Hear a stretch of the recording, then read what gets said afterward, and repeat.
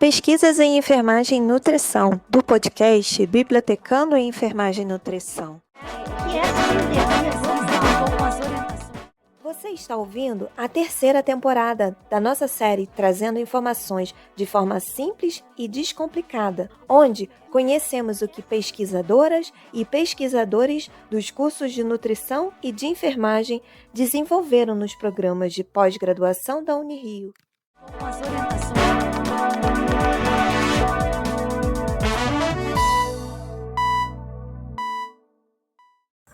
Olá, sejam bem-vindos a mais um podcast Bibliotecando em Enfermagem e Nutrição. Nesse episódio, com mais uma entrevista. Eu sou a Rosileide Ribeiro e a autora a ser entrevistada dessa vez é a Marta Ângela de Almeida Souza Cruz. Hoje falaremos sobre a pesquisa desenvolvida pela Marta e o título da tese é Caracterização Físico-Química, Antioxidante e Antiproliferativa de Extratos de Variedades de Uvas Híbridas em Linhagem Celular Humana de Adenocarcinoma de Próstata. Essa pesquisa de doutorado contou com a orientação do professor Anderson Junger Teodoro, junto ao programa de pós-graduação em Alimentos e Nutrição. Marta, seja muito bem-vinda. Oi, Rose, eu estou tão feliz de estar aqui para falar sobre o meu trabalho e divulgar a ciência. E a gente está mais feliz ainda do que você pode ter certeza. Bom, vamos lá. Vamos começar com as perguntas. Marta, qual é o tema da sua pesquisa? A minha pesquisa foi para fazer uma associação das uvas e dos seus compostos através do seu extrato na prevenção do câncer. Como é sabido, né, o câncer é uma doença que mais mata, né, e aumenta a cada dia. Então, especialmente as variedades das uvas híbridas, pouco se sabe sobre elas. Sendo assim, esse estudo teve como objetivo avaliar a capacidade antioxidante, a composição volátil de mercado, volátil fenólica do conteúdo dessas duas variedades híbridas comercialmente vendidas por uma grande rede de supermercado. Investigar a influência dos extratos dessas duas linhagens celulares de câncer de próstata humana no contato com esse extrato dessas uvas, através de experimentos laboratoriais específicos, onde foram identificados 86 compostos que foram analisados em ensaios e, através dos seus desmembramentos, tiveram seus potenciais antioxidantes avaliados. Através desse estudo, a gente conseguiu comprovar um alto potencial antioxidante em relação às concentrações apresentadas e um grande efeito citotóxico em diferentes concentrações em 24, 48 e 72 horas, comprovando o efeito desse extrato nessas linhagens celulares. Então, Marta, só para a gente poder compreender um pouquinho melhor, vou pedir para você explicar para a gente o que são as uvas híbridas. As uvas híbridas, como qualquer alimento híbrido, eles acontecem quando agricultores eles fazem o cruzamento de duas ou mais espécies diferentes. É quando eles querem criar características melhores dessas espécies. Então, o que eles fazem? Eles querem criar características com resistência ao clima, resistência à doença. Então, eles pegam essas características e juntam nessas espécies e transformam uma espécie melhorada. Então, quando a gente fala de uva híbrida, a gente está falando de uma uva que ela tem maior quantidade de nutrientes. Então, você vai ter uma uva mais doce, você vai ter uma uva sem semente. Então, são aquelas uvas que vocês encontram no mercado melhoradas. Quando vocês olham uma uva sem semente, porque normalmente uma uva ela é com semente. Essa uva sem semente, ela é uma uva que foi criada. Ela foi criada através dessa hibridização. Entendi. E aproveitando o gancho, perguntar o que é o efeito citotóxico? Então, o efeito citotóxico é quando a gente está falando de células, né? Então, quando você coloca essa célula em contato com alguma substância que vai fazer algum mal a ela, tóxico à célula, então leva à morte. Então, nesse caso, como a gente colocou essa geniagem de células em contato com o extrato dessa uva, o nosso objetivo era que tivesse um efeito citotóxico a ela. A gente queria matar essa célula, que era uma célula ruim, era uma célula cancerígena. Então, o nosso extrato teve um efeito citotóxico nessa célula. Ah, entendi. Agora sim. E assim, para o público que não é inteirado nos temas, né, dentro da nutrição, né, o que você poderia explicar, como é que você poderia explicar para a gente a importância da sua pesquisa? Então, dando continuidade a isso que eu expliquei, o consumo de uva híbrida, por ter uma maior concentração de nutrientes, ela é importante para a prevenção do câncer. E que esses resultados desse estudo destacam o potencial dessas variedades híbridas, das vites viníferas, L, que foram as que eu utilizei, já que o resultado foi positivo, né? Como uma fonte importante de antioxidantes naturais e seu efeito protetor contra as células do câncer de próstata, indicando essas uvas como fontes potenciais para o desenvolvimento de nutracêuticos e alimentos funcionais, ou seja, alimentos feitos através de alimentos, né, que vão ser favorecidos, vão ser bons para a saúde da população. O câncer, como sabemos, é a doença que mais mata no mundo, como eu falei anteriormente. Então, essa uva sendo benéfica para ou prevenir ou diminuir a incidência do câncer, ela vai ser boa para a população. Então, a pesquisa vai ser interessante. É o tipo de tratamento que toda a população está querendo, né, desejando, né, enfim.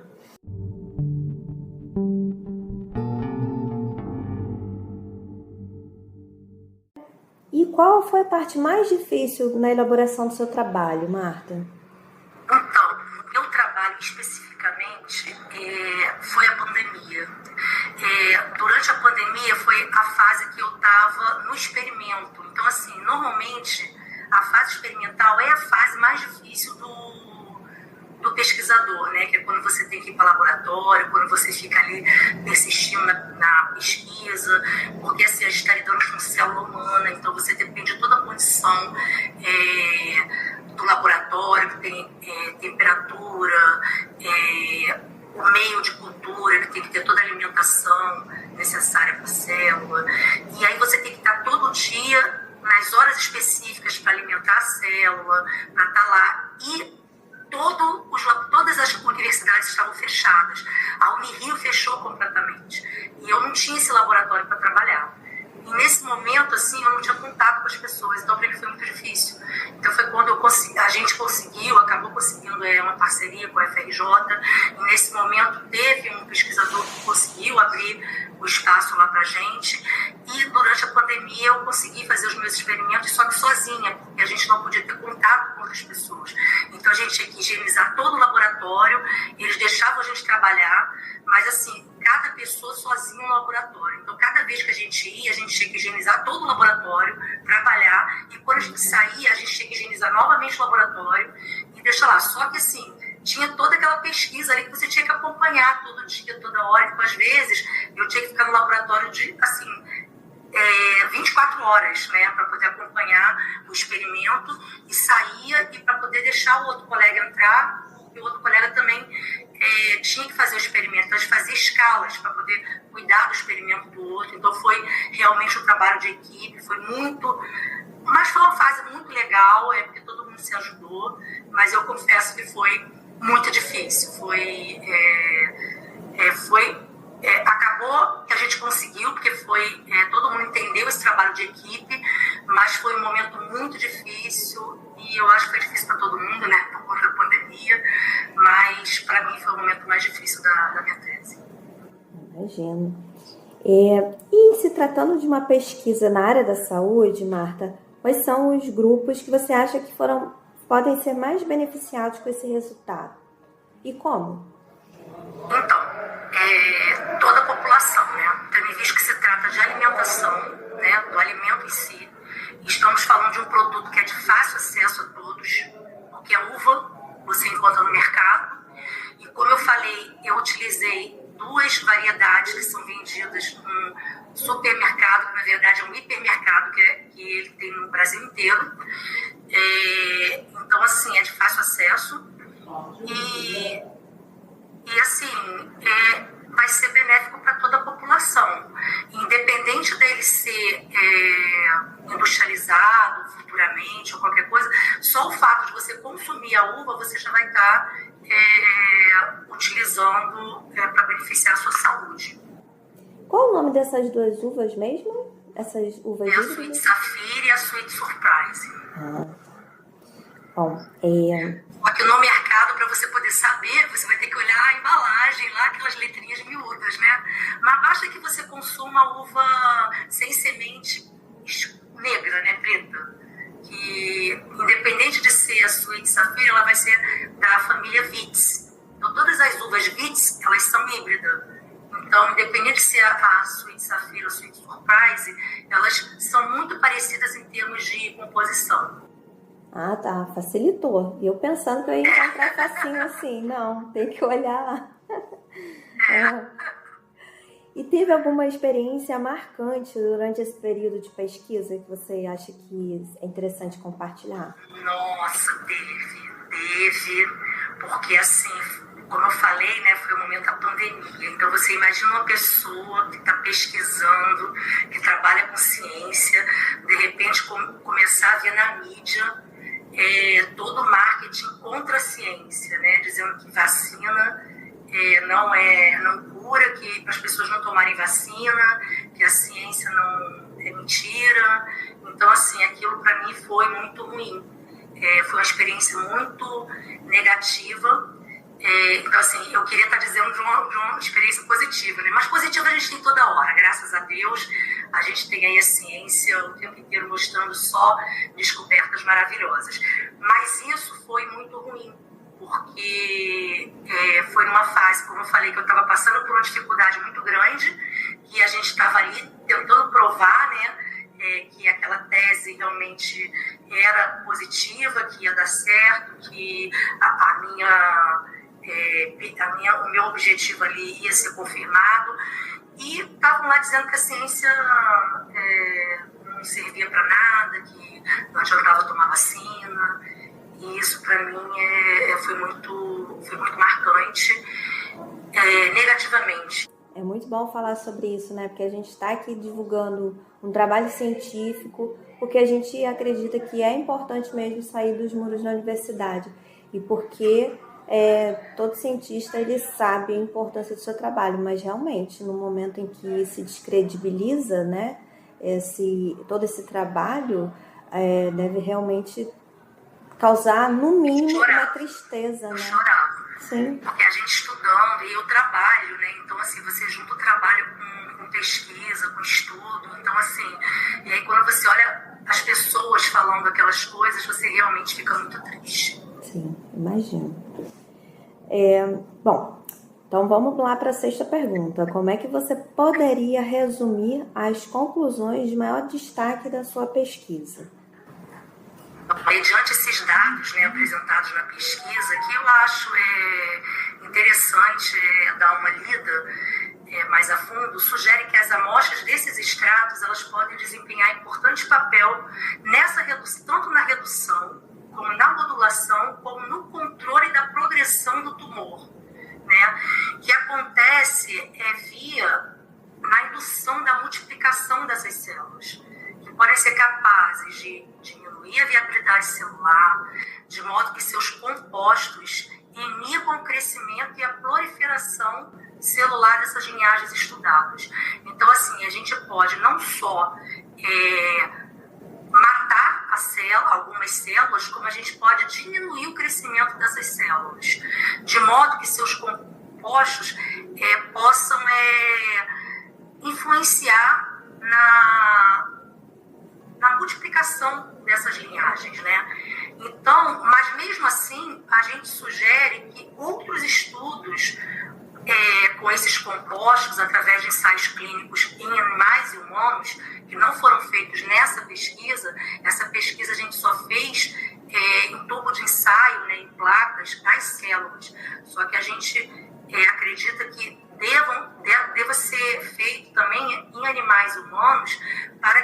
melhor compreensão e confirmação desses achados obtidos nesse estudo. Mas gostaria de deixar uma reflexão que o alimento, ele é vida, né? E que a cura de qualquer doença está no alimento. Então é importante que a gente veja o nosso alimento como a resposta para qualquer doença que a gente tem. Porque tudo o que a gente não menospreze o alimento que está ali na nossa frente. Porque ele pode ser a solução para um problema que a gente tem. Ótimo você falar sobre isso, né? Porque realmente é o alimento que as pessoas têm, é o alimento de verdade, né? E que as gerações mais recentes nem sabem, né? Que diferencial tanto que quando é. A gente toma remédio, né? Se você não se alimentar direito, o remédio não vai dar resultado, né? Na verdade, você vai precisar do alimento. E o alimento, ele está ali. Então, se você não credibiliza, não acredita que o alimento vai te recuperar, não vai ser o remédio sozinho que vai dar a cura, entendeu? Então, é isso.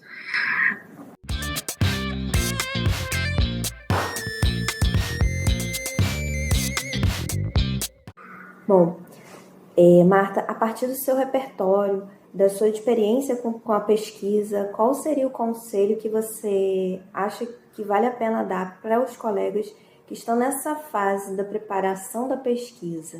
Mesmo que apareçam pessoas que digam que vocês não são capazes, que isso só aparecem várias, sigam sempre em frente. É muito difícil. Então, assim, quando você está fazendo uma pesquisa, dá muita vontade de desistir. Porque, assim, quando você diz assim, eu não estou aguentando, a pessoa vem, desiste então. Para que você está fazendo isso? Não desiste, porque vai dar certo. Siga em frente. E, assim, quando tudo parecer perdido, não está. É aí que tem a luzinha lá no final do túnel e você vai encontrar a solução. E todo mundo ganha com as pesquisas maravilhosas como a sua, né, Marta? Toda a sociedade. Tem alguma informação, algum recado que você queira acrescentar? Então, todas as vezes, aí dando continuidade àquela questão lá, né, daquela resposta negativa, todas as vezes que duvidarem da ciência ou de uma vacina de proteção à saúde, lembrem de um mundo que há 50 anos atrás, quando as pessoas morriam nessa faixa etária de 50 anos, por falta de medicamentos, por falta de ciência, aí vocês se perguntem, hoje, quantos anos vivemos por saúde? Então, é essa mensagem que eu queria deixar, essa informação que eu queria deixar. Nunca desacreditem da ciência. Essa conversa com você, Marta, me deu esperança. É muito bom ouvir essas palavras, viu? Bom, muito bom. Muito obrigada, Marta. Você são pessoas assim como você que faz a gente acreditar na importância do trabalho que a gente faz, de divulgar o trabalho de pesquisadores que estão na universidade, de egressos, né? E como é importante conversar, dialogar com a população em geral, porque um trabalho tão meticuloso, trabalhoso, de bancada, como o que você fez, né, para traduzir isso tudo para a sociedade, não fica fácil, porque se fosse fácil o trabalho que você fez, né, qualquer um faria, e não é bem assim. Mas é um trabalho de uma pesquisadora tão importante quanto que você fez, que vai trazer benefícios para toda a sociedade, né? Olha, a gente descobrir que tem maneiras de se prevenir comprando alimentos de verdade no mercado. Olha que maravilha. Enfim, Marta, agradecemos muito a sua presença aqui, viu? Obrigada a vocês. Eu estou muito feliz de ter participado do programa de vocês, tá? Um beijo grande. Consulte a tese da Marta Ângela no repositório institucional da Unirio. Acesse o texto completo e o link para esse texto está na descrição do vídeo.